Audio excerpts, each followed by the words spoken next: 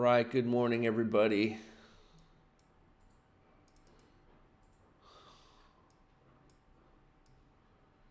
Welcome to our trade room. This is TJ. Hopefully you guys can hear me okay.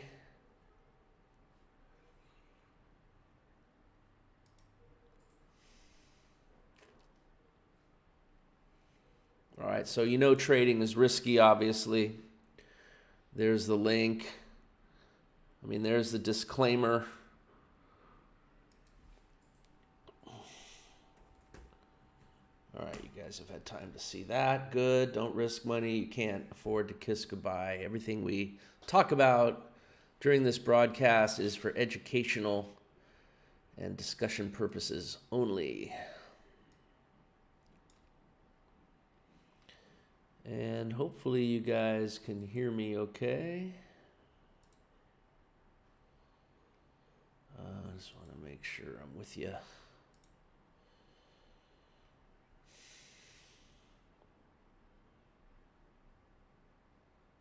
Sorry, I had to open something here. All right, excellent. John W. Miles, welcome. Took me a minute to get this opened. All right. And the market is about to open any minute here. Don't forget, we're in the September contracts now for E-minis. The September contracts. That is the U contract. That should have been changed over on Friday. And now the markets are open.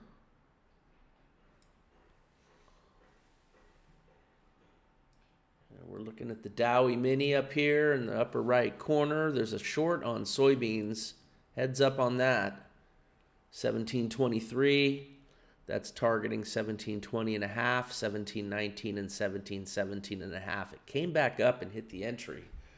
If you guys are trading soybeans, you should be in it. The stop is at 1727.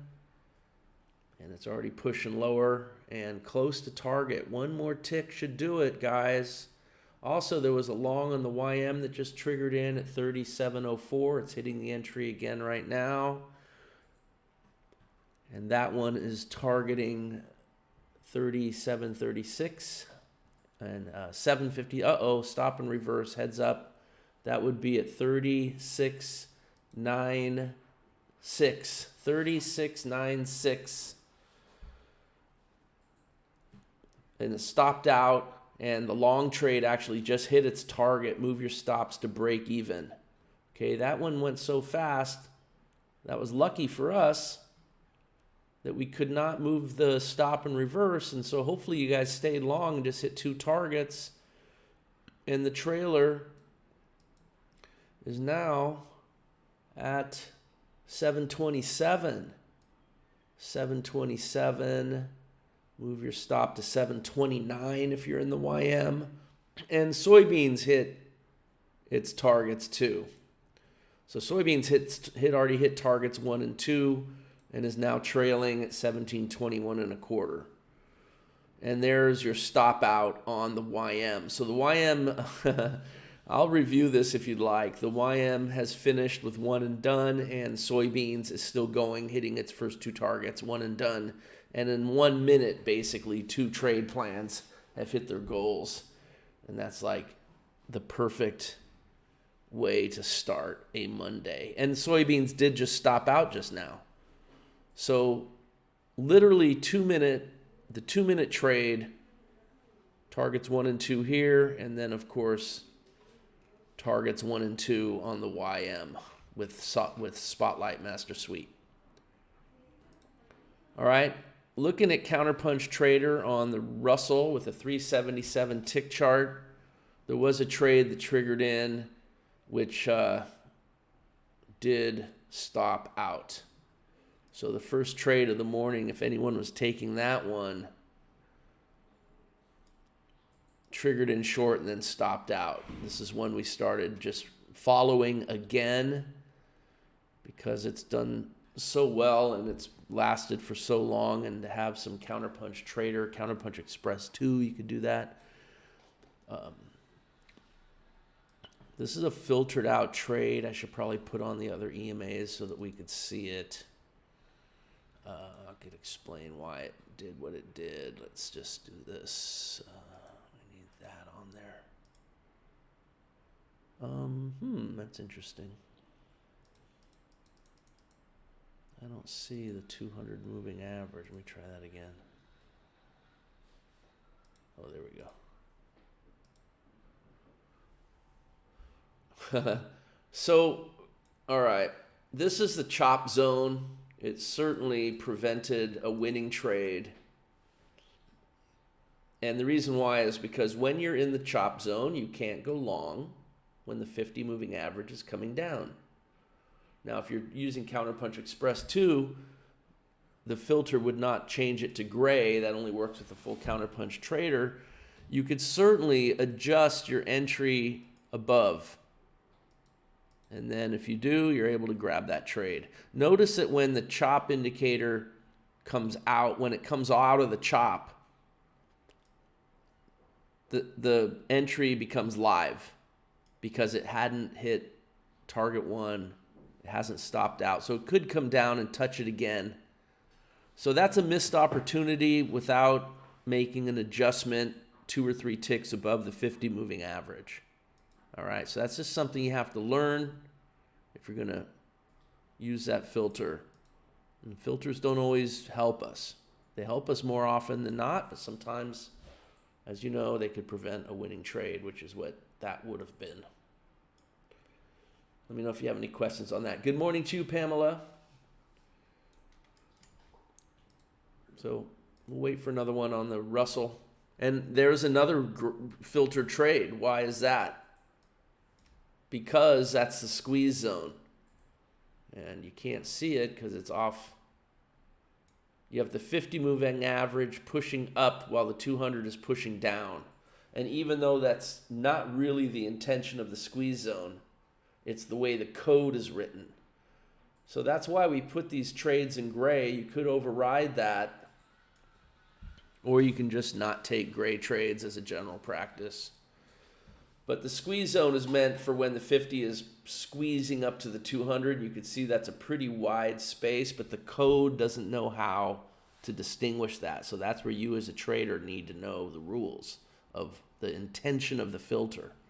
Again, that's why the trade is put there in gray, because you could override it. And you could see it was a nice trade. It's like 1 tick shy of target 2.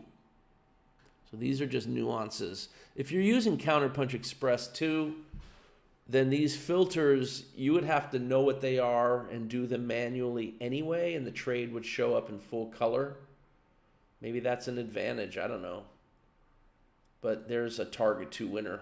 So 2 filtered out trades that you could have overridden if you knew the intention of the filter and understood how the code is written and the limitations of the code. Remember, these strategies, Counterpunch Trader, Spotlight, Catapult, all of them exist beyond the dots. The dots are just meant as a tool for us so that we can trade the strategy easily. But if you understand the strategy on a deeper level, you can navigate around special case scenarios like what just happened today over the last 2 trades. Again, if you have any questions, let me know. Good morning to you, John Lizar. You know, these are perfect trades. Look at how perfectly tuned these trades are. Just the filters, you know, the way the code is written, the code can't distinguish certain things. So we can make tiny adjustments and we can understand the spirit of the filter and decide when not to take them. And that's, again, why you could at least see the trades, why I show them to you here. That was also allowed in the code in gray. Okay, so again, it's just something that you learn with practice. And if you have any questions, let me know. So if you're just joining us again, the Dow E-mini hit its trade plan goals with the first trade, this blue trade here. You saw it pop into the yellow, but it happens so quickly. By the time you put in your adjusted stop and reverse order, it was already heading the other way. So you just stay long, and it hit targets 1 and 2 and then stopped out right in there. So that was a really nice trade done in a minute with Spotlight Master Suite. And soybeans also getting short right here, coming all the way down, pushing through to targets 1 and 2 and then stopping out. So a 2-minute, 1.5 minute trade there. And that's a beautiful way to start the day. Okay, so I just talked to you about the Russell. We'll look at crude in a minute. Let's check out this NQ 610 tick. Remember, we are now in the U contract.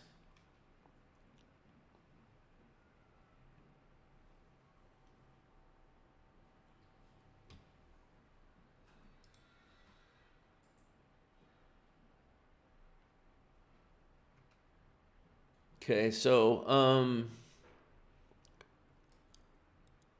this is showing the trend mode indicator, but the trend mode indicator is not turned on. And the reason why I know that is because the line here, and there's a short trade that it's showing in full color. All right, so we could look at both. If we're getting, if we're using trend mode, it appears that this trade would have been filtered out. I'll turn it back on and see.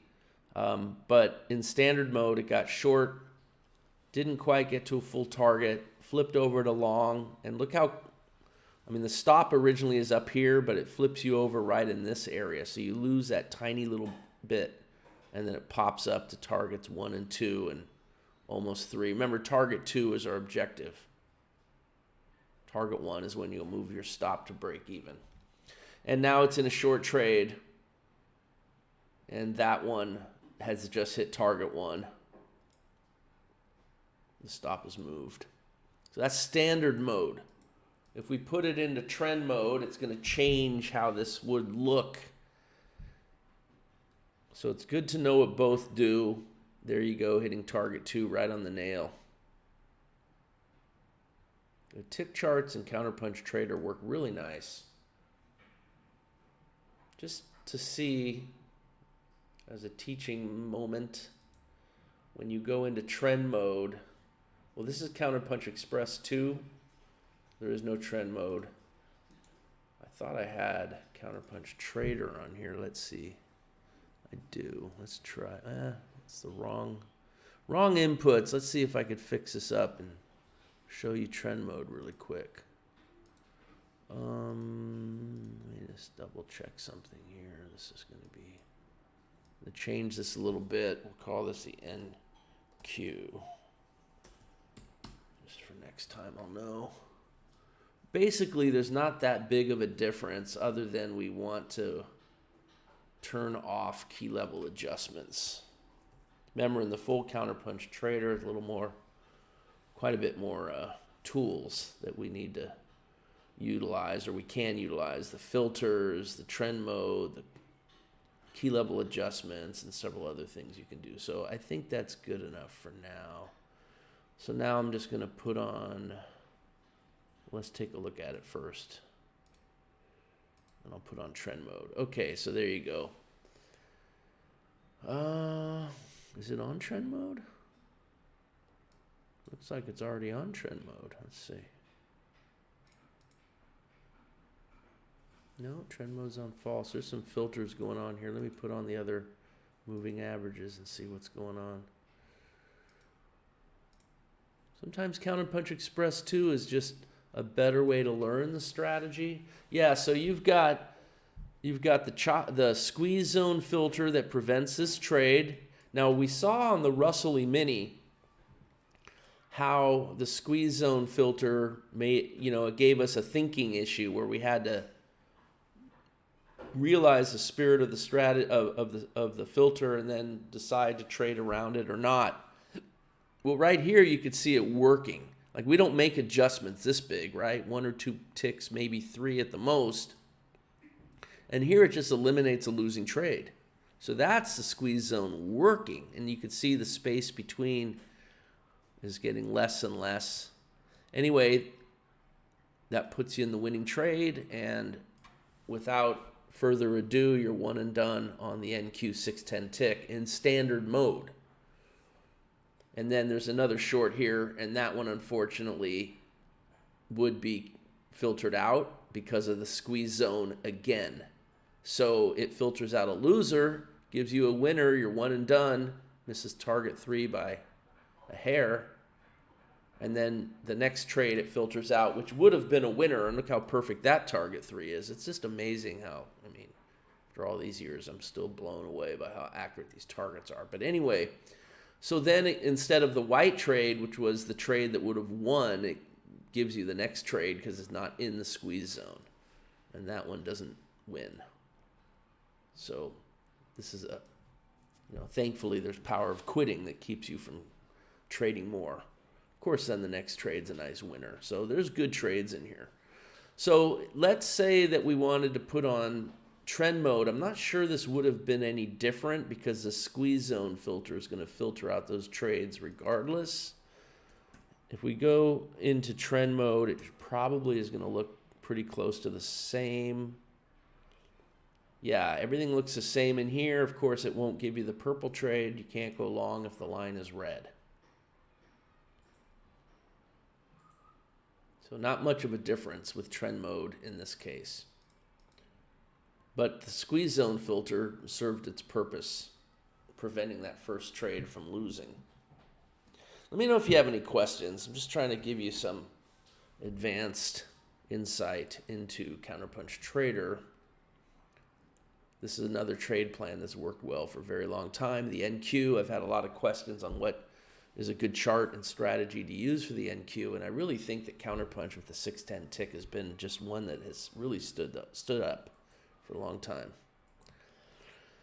All right, let's go and circle back to crude oil. Crude oil didn't start off very well today. It got into the up, down, up, down. Anytime you get these kind of V-shape W reversal type patterns, they're just awful. M or W, whatever. So it gets long, it gets short. That's 2 losers in a row, then gets long, and that one's going to win modestly.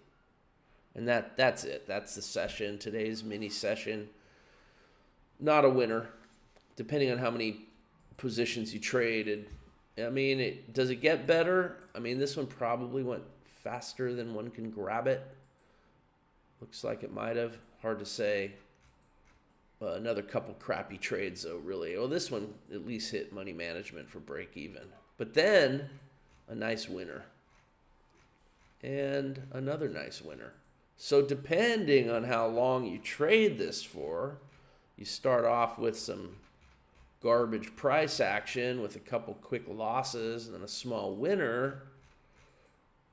I'm going to assume that was too fast to grab. It usually, that's what happens. We could double check if that's important. But the session would have been over after 3 trades anyway for the mini, if you're using the mini plan, the mini session plan.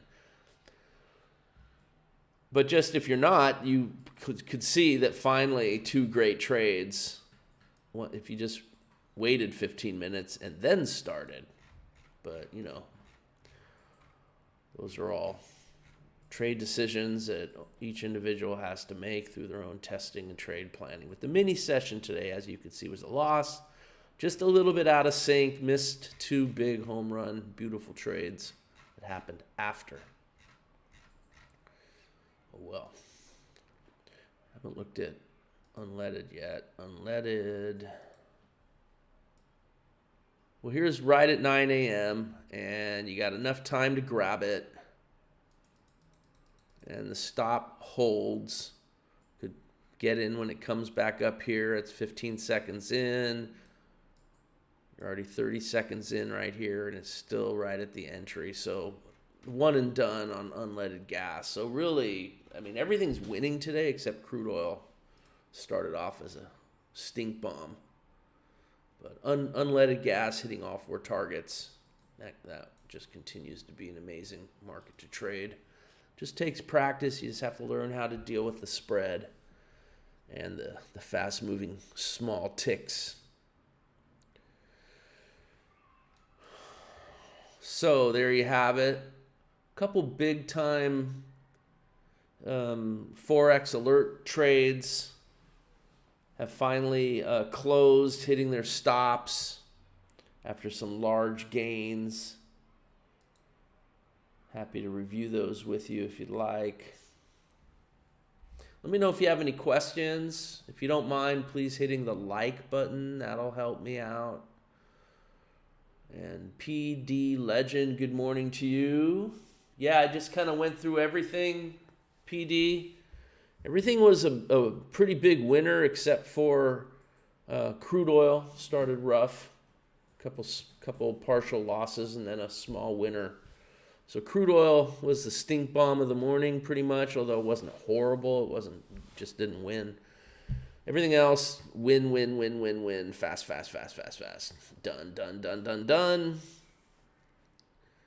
And I've got a couple weeks left here in beautiful Buenos Aires. I'm still living the Backpacktrader lifestyle. Of course, that should be no surprise because that's kind of what I do. But I'm going to be here a couple more weeks. And then I'm back home, back to beautiful Napa. So I'm going to be flying north for the winter. The winter down here. It is winter time here in Buenos Aires, although you wouldn't know it looking out the window. It's nice and sunny and beautiful. Just a little chilly, little chill in the air. Other than that, MCL, so the micro crude. Yeah, I didn't look at that one. We could look at that, John. That's a good idea. Totally different chart. Do I have it on here? I think I might. MCL. So we saw that the regular crude chart was kind of crappy. The micro crude, I mean, this one went too fast, right? You got to at least have 8 seconds or you can't really execute on it. So, John, I'm guessing you're seeing this. I mean, 5 seconds later, it's already below the entry. So there's a case where, tough trade to take and good. Here's a case where you can, again, we were just talking about filters. So you can move the stop 1 tick off of the 50 moving average and take that trade. And if you do, you're going to get up to target 1. And that's a nice winner. So 1 and done right there. If you don't take that trade, you might be better off. Why? Because then you're going to get into a losing trade. Well, how are you better off when you get into a losing trade? Well, when you flip over to a big winning trade. So if you're in the losing trade and you have time to flip over, not sure you do. It looks like there's plenty of time. Just judging by the timestamp, you pick up this. So it's lucky to get a losing trade if the next trade is one of these, right? Like trade plans work in mysterious ways. So John, tell me, did you take the gray trade or did you go pink then blue? Because, I mean, either one you can make a case for. And even if the blue was too fast, you'd have to, if you're in the short trade here and you see a long trade flipping over and it moves too fast and you can't get the entry, hit the exit button. Get out. This trade is over. I mean, maybe if you're lucky it comes back down again, you might want to try to stay in it and just move your stop down. But if it's moving up against you and it's already should have stopped and reversed, you want to get out of the trade. You don't want to take it all the way to a full loss. Okay? So, yeah, I'm just curious. So, John honored the filter. Okay, that's fine. I mean, look, that makes it super simple. This is also the squeeze zone filter. The 50 is pushing down on the 200. You could see it squeezing that space. And that entry, believe it or not, landed either on the line or it could have actually been in front of the line, but due to rounding and splitting hairs with the number of what the reading was on the 50 moving average and the rounding that takes place in the code, it looks like it's on the line, but the line might have been a tiny bit over that you just microscopic where you can't see it. And so you could put a 1 tick adjustment on there, or you could just ignore all gray trades. That's fine. It's an easy way to do it. Yeah, So, I mean, it makes a big difference. Here again, you have a stop and reverse, but if you miss the blue trade up, you can grab the green trade here, and then you're not going to have time to stop and reverse. It doesn't get to a stop and reverse anyway, so you either stay with the green, maybe you missed it, take the pink, I don't know, but you could see that this session worked out in a number of ways really good, depending on what trades you fell upon and were able to execute on, versus the full size CL. So the full size CL was the problem child. Even the micro was easier and better to trade. Interesting. Definitely interesting. So this is your opportunity to ask questions. I think last week I gave you guys a couple master classes on a variety of topics. If you didn't see last week's recordings, I thought they were pretty good, pretty informative. We learned and talked about a bunch of stuff. I don't even remember what they were. I just remember it was pretty detailed. It just all blends for me. Hopefully you guys got something out of it, though. Just quickly looking at our Forex alerts here. Let's start with the pound Aussie. This one hit its stop and stopped out the other day, not before hitting two big targets.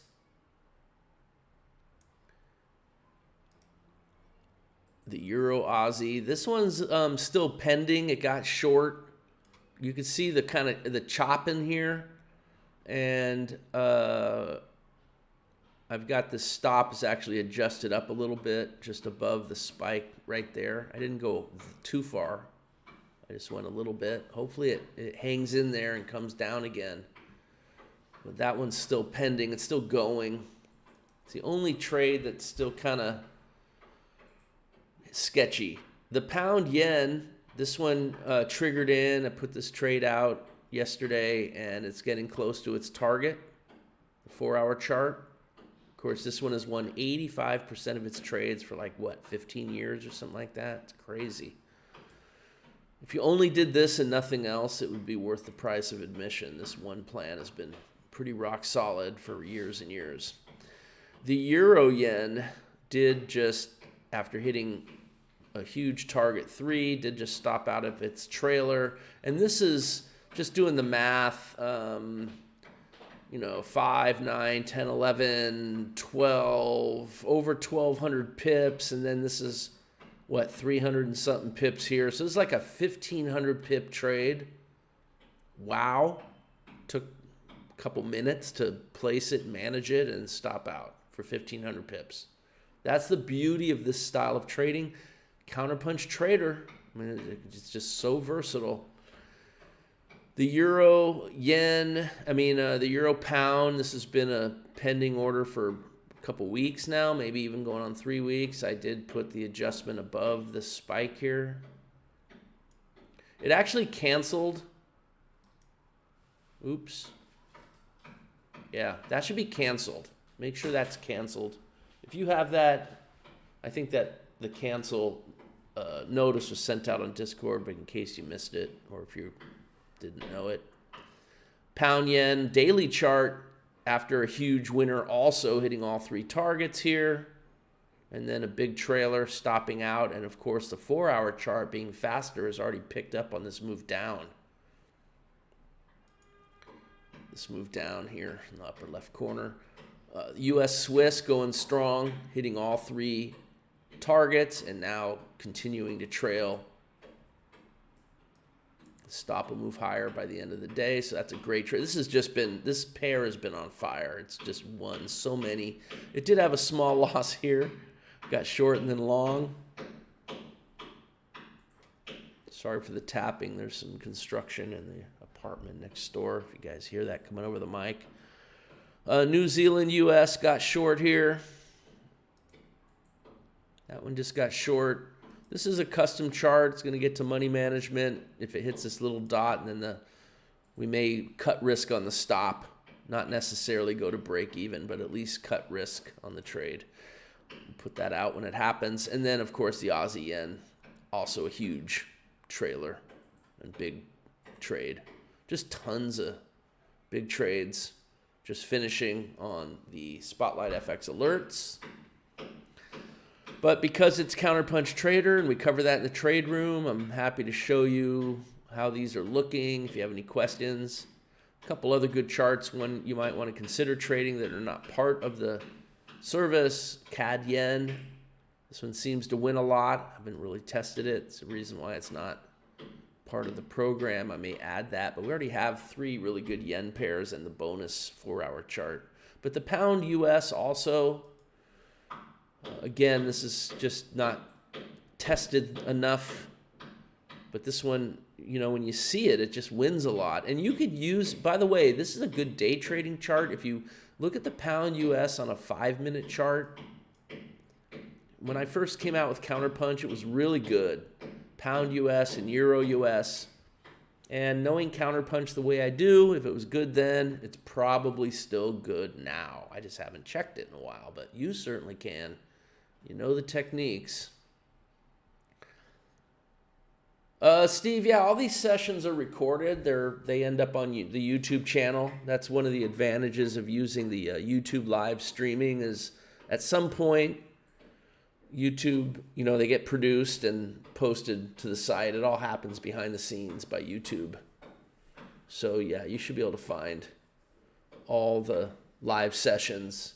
I'm going to start deleting a bunch, though. I mean, I've got them for so long. We don't need to have, like, an infinite amount of these sessions on there. I should probably start removing them from the channel at some point. But yeah, you could check out last week's. But here's the most important thing, Steve. If you have any questions, use the trade room, use these sessions to ask your questions. And if you're going through any of the training, any of the other training videos that are either on the member site or here on the YouTube channel, keep a notebook and write your questions down as they pop in your head, date them, stay organized, and then bring the questions in here and John or I will answer them for you, and then you just cross them off your list. But that's just something you all should do. Stay organized with your questions. Have a notebook, an Evernote, some sort of way to stay organized with your questions, because the fastest and best way to learn and really master these strategies is to write your questions down at the time you think of them, because if you're like me, 10 minutes later or even 10 seconds later, sometimes I'm just going to forget what they are. And then you never learn it. You never get the answer.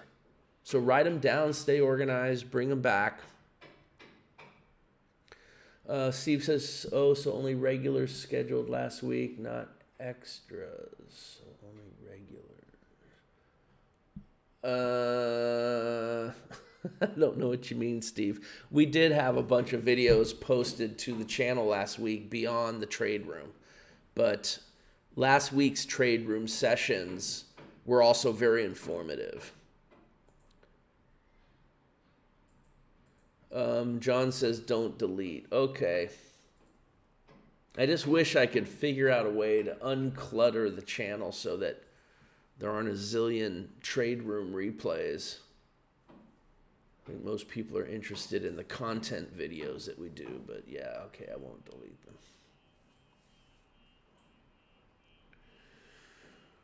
Okay, everybody, I've kind of run the gamut. I don't know what else to show you. Were we talking last week about the weekly charts that I was working on? I know we were working on some weekly charts, and I'm building a roster. Part of being the backpack trader is learning how to trade less, but profit more and live better. And so, Counterpunch Trader, you can do so much with the automation. But unfortunately, the automation there is no automation for Counterpunch Express 2. Counterpunch Express 2 is a great way to learn Counterpunch. I mean, I recommend it actually. Use the Counterpunch Express 2 training and tool set to learn Counterpunch Trader. And then once you get it dialed in, I mean, really learn it. You can learn trend mode and learn the filters and learn the key level adjustments all in your head so that you fully understand it. And once you can do that, upgrade to the full counterpunch trader, get the automation. And the reason why that's important is because then you could build a roster of symbols. You could use daily charts. In this case, I'm using a weekly chart, or you can go faster with like a 195-minute chart or any time frame. You could even do slow momentum bars, long tick charts, big tick charts, I should say. So many possibilities, but I love the weekly chart because it only takes one bar a week. You only have to look at it once a week. It's so low maintenance, and you can get a long dated, just get the longest in the money option out there that you could afford, that you can get, and just buy an option and use the stock symbols to trade that option. And the reason why I love it is because it's, when you get it right, it's hard to break. So like, I prove trend mode is better than standard mode on all these weekly charts by a long shot. So I put everything in trend mode. I tested all the different trade setups, green and white, green and purple, green only, all three, just a bunch of different trade setup combinations, and they all do amazing. So you literally could trade all 5 of these, because if you get a separate setup, all you have to do is just, it's a different strike price. Different strike price is a different option, is a different trade. So you can increase your frequency of trades with multiple trade plans with the same signal when you're using options, which is great when you have a symbol and a chart that will trade great no matter what you do. The only other thing I'm testing for is the right entry input, the right stop input, the right trailing input, and how many ticks it has to go to move the stop. I'm not over optimizing. All I'm doing is tuning it to the scale of the chart, because every stock is different. This is a $400 to 280, you can see the scaling in here. Weekly chart, that's like 200 points or 120. It's a lot of points. Anyway, the point is that this is different from a $12 stock or a $40 stock or $1,000, right? It's different. So you just want to tune it a little bit, and you use that. You could use the automation to quickly get big picture answers and tune it. And then you could go through it and test it all you want. But the reason why I love this method is because, and this is such a great way to trade, the automation gives you the performance reports. And like, this is over 10 years. This setup of white and purple, let's see, what is it? White and purple trades only, the one in the upper corner. It hasn't lost a trade in 10 years. There's not a lot of trades. That's why it's good to combine it with other configurations. This one here, this one lost 2 trades. 2 trades. Look at the profit factor. Anyway, you get the point. This configuration here, still pretty good. Only lost 1 trade in 10 years. This one's only green trades only. Pretty good. I mean, look, 6.49 is an amazing profit factor. But you got this one up here that's got 21. That's crazy. But this is still really good, right? You're making $14.84 per share per trade. You can make a lot of money on options with that kind of average net profit per share per trade. 1 loss in 10 years. No, 2 losses. 1 loss was the biggest losing streak. And then all three setups. Look at all 3 setups. Is that even possible? All 3 setups, green, white, and purple, working together with 117 profit factor. Really? That's just crazy. Well, in 10 years, it won 41 trades and lost 1. So there you go. 5 different charts, same symbol, same strategy, different trade setups and slightly different entries and exits. And that's about it. And this is why I love the weekly chart. I mean, if you think about it, let's open this up. Let's just say right here on the week ending June 13th, because that's always going to be the date of a Friday when the week ends. So you have to be ready to place this trade Monday every week. It's pretty easy, right? You got the whole weekend to check it out and figure it out and line up your trades and put your bracket orders in. So if the stock hits the price, it triggers your option. There are ways you learn how to do that, set up templates, all that stuff, right? You got the whole trade. You know where your entry is. You know your targets. You know your stop. Target 1 makes $44. How much do you think an option is going to make? A lot. And 1, 2, 3, 4 bars later, that's a month later, it hits its target 1.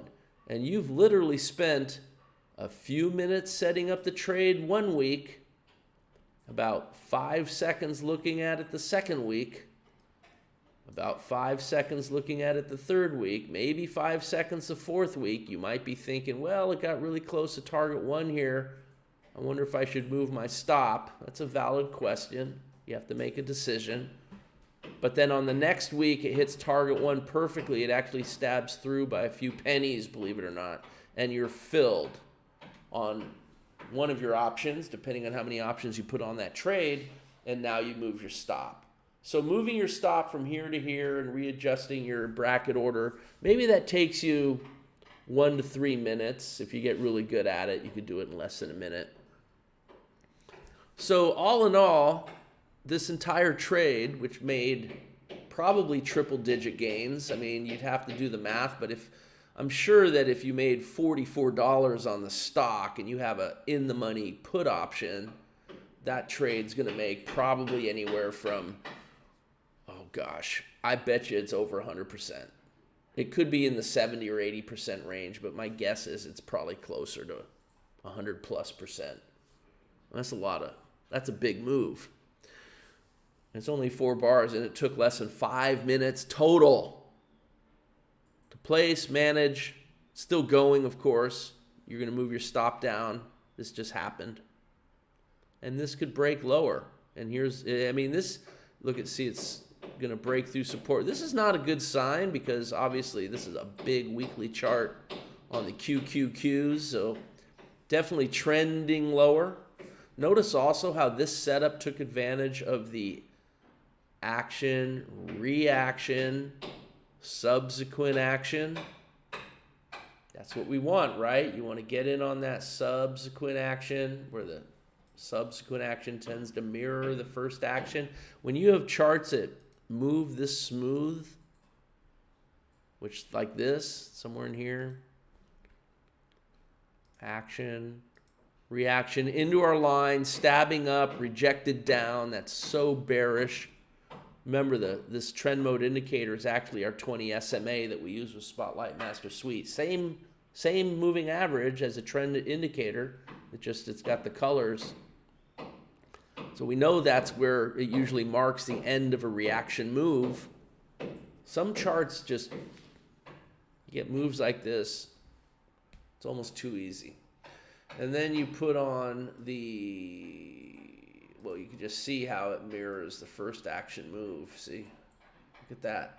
I mean, it just doesn't get written any more perfect. So these are just all things you can learn and see and get used to, using and trading. And yeah, anyway, that's why I love these weekly charts. And there you go. Yeah, so John, you're only getting a few trades. That's true, but that's why you look at different configurations, right? You look at different ways to trade it. Like you could also put on Spotlight Master Suite. You could use, I was going to say Catapult, but Catapult doesn't have a universal. Even if you just went with Counterpunch and Spotlight, you can end up with many more trades. Because remember, if each setup is at a different location, the strike price on the option is a unique trade. So you're not just limited to one of these, like all 5 of these. Some of them are the same trades because they all have the green, but some of them are different. And then the other thing is you could have 10, 15, 20 more symbols. So the idea is to build a roster of symbols, each with a handful of workable trade plans. Like this, you have plenty of trades. So even if only one chart gives you 2 trades a year, but it never loses, what if you have multiples of those charts? Then you should have plenty of action. John W., dumb question. What is the easy way to scan back in time with TradeStation when backtesting? No, it's not a dumb question. What you need to do is format symbol. And when the format symbol pops up, and maybe you're in TradeStation 10, it's called something else. I forget, edit symbol or whatever, something else. They renamed it for whatever stupid reason, who knows, but it's the same process. You format it, and then you just, right here where it says how many back, this is looking 10 years back. You could look weeks, months, years. You could even look days back, not on a weekly chart. On a daily chart, you could look days back. You could also look number of bars. I never use that. You could put last date, first date. You could look at a range by putting in the first date and the last date. But like I go 10 years back, and it's always rolling 10 years back. So like this week, it looks back 10 years from this week. Next week, it'll look 10 years from next week. You can look further. You can put 20. I mean, these ETFs don't go back forever, but the Qs is one of the earlier ones. But that's basically how you do it. And in the automation, there's another way to do it too. I just don't use the automation input. You have to have enough data. You have to look back 10 years, and if you do, you can go into the automation and also start it at a certain date. So you can come down in the automation, and like right here, it tells you there's a format. You have to follow this format. It tells you what it is, but you could say start test date, test start date, and you put it in here following this date format. And then that'll tell the automation. But I just put this back like so far that it really doesn't matter. And I put it the end date so far into the future. I make these 2 inputs like irrelevant, but here's a way you can control it further. But ultimately, I find it's just easy enough just to set your chart with enough time looking back the way I just showed you. Make sense? And yeah, and John, yeah, so you could diversify with charts and give yourself more setups, and then of course build a roster of symbols, which is what I was kind of alluding to. I wasn't even alluding to it. I said it outright. I mean, I was very specific. The spider, here's one I'm working on. I've just started it, but it's basically, I didn't do anything. I copied the QQQs, changed the symbol, and now I'm just optimizing the entry, the stop, just basically the few big picture things I told you. And now you could see how well this one does. I mean, that's still an 87% win rate and a 4.57 profit factor. I mean, I'll trade that every day of the week. Yeah. These I haven't finished yet. Actually, I don't even think I've tested that one. This is just putting on the QQQs and not even testing it. The one I tested so far is the bottom right corner. I started with that one. And so you can see this one's won a little bit more. Had 4 losses in 10 years and it won 44. I never lost more than 1 in a row. Definitely, there's your loser. You can see the losers. 1, 2, 3, 4. Also, here's another way you can even get more trades. John W., you're welcome. I hope that helped. There's another way you can get more trades, but you would need the UTA spreadsheet, or at least fast test it and prove to yourself first. And that would be, you could put the add-on trades on. Now, these are not going to show up in the automation, but a trade is a trade is a trade, and they could be very good, as this one was. And this is another way to get more trades. They don't all win. This was a loser. This add-on trade would have been a loser too. But here's a winner. Here are two winners. So the trick is that if you have a strong trend, especially early, here's another winner. There's a lot of winners in this trend here. You have the primary trade here, and then you have 1, 2, 3, 4 add-on trades. The purple one didn't quite, well, it did make it. It did make it, just took a little bit later. But it made it. Perfect target 2, actually. It almost got to target 3, just missed. It did get to target 3, but it would have stopped out, I think. Nope, it wouldn't have stopped out. Would have hit target 3 perfectly. Look at that. You know, you just have to eventually realize that when you get to the end of a trend, the trades are going to lose. But you could see how the add-on trades could really juice up your returns. So that's another way to go if you want more trades. But this market's going down, clearly. This is a weekly chart, and it's going down. Who knows how far it'll go.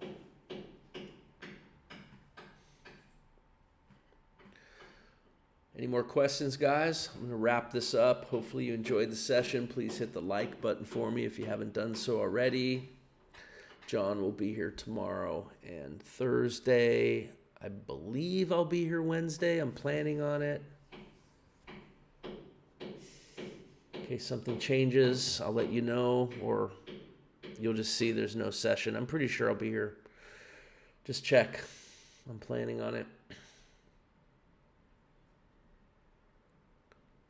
I don't see any more questions. So with that, I'm going to bid you all a good day. I hope you enjoyed the session.